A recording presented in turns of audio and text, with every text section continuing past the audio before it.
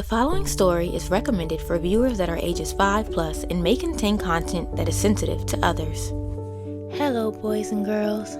I hope you had a good day today and that you're all snuggled up under the covers. Tonight's story is Body Boundaries Make Me Stronger by Elizabeth Cole. Nick was having fun, running around the playground and sliding down the slide from the top to the ground. But all the fun was spoiled by a boy named Ben, who started tickling Nick over and over again. Ben was poking little Nick until it got to be too much. Nick frowned at Ben. He didn't like that type of touch. So he took his toys and ran home straight away, unaware that another surprise was on the way. "Your favorite aunt is coming," his mom excitedly said. But instead of being happy, little Nick bowed his head. He started making excuses that sounded weird and silly. "It's napping time. It's bathing time. I don't feel well, really."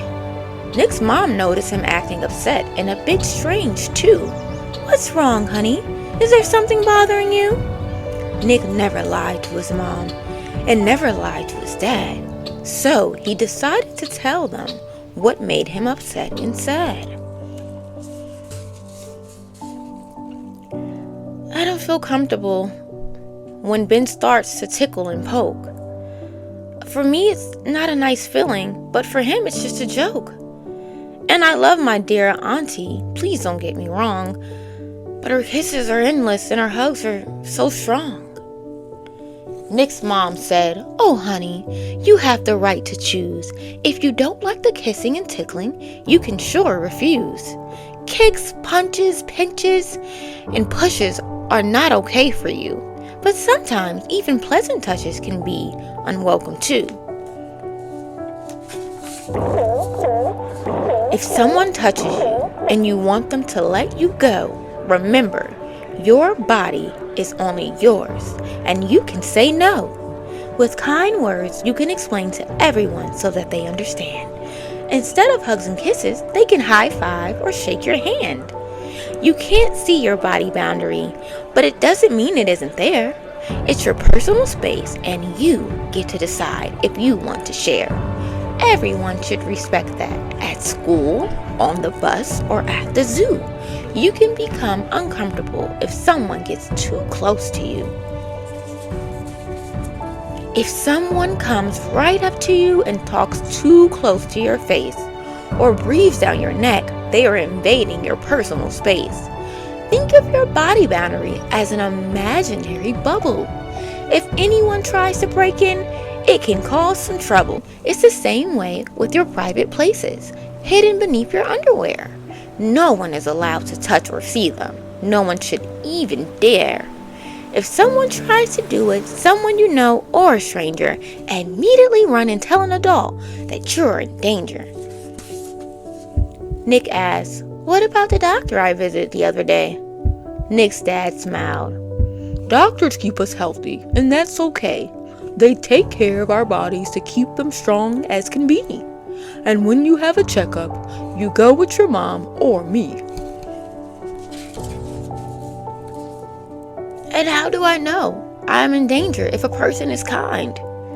How do I know their intentions and what is on their mind?" Little Nick was confused, but his mom made it all clear. "There are many signs that you can recognize, my dear. If our neighbor pats you on the head because you were polite, or a teacher gives you a sticker for being good, that's all right. But if someone offers to touch you in exchange for sweets, remember, it's a trap, especially from strangers on the streets. If this kind of thing ever happens, the best thing you should do is to talk to someone on your safety team, and they will help you." "Safety team?" Nick was curious, and his eyes had a gleam. "That sounds as powerful as some kind of superhero team." "It's made up of people you trust, like me and your mother. It could be a teacher, a grandparent, or your older brother. If by any chance the people on your list are not nearby, tell another adult or leave that place without being shy. Nick took all his parents' advice. It was wise and clever, and he began to act on it. He was feeling safer than ever. Not ashamed to speak up, little Nick had no secrets to hide because he knew his safety team would always be by his side. And when his favorite aunt came to visit them for a while, Nick asked her for a high five, and she did it with a smile. Respecting each other's body boundaries became Nick's mission, so he did not tickle, hug, or kiss someone without permission. Nick found some touches to be unpleasant and impolite, so he refused any of the ones that seemed not quite right. But some touches made Nick happy, calm, and full of bliss, especially his mother's tender caress and her goodnight kiss. My body is my own. I don't have to hug, kiss, or be touched by anyone. If I am uncomfortable, I have a right to say no. I always get permission before touching someone or taking something, even if it's a person I know. I have a body safety team. These are adults who I trust and I can talk to if I have a question or problem.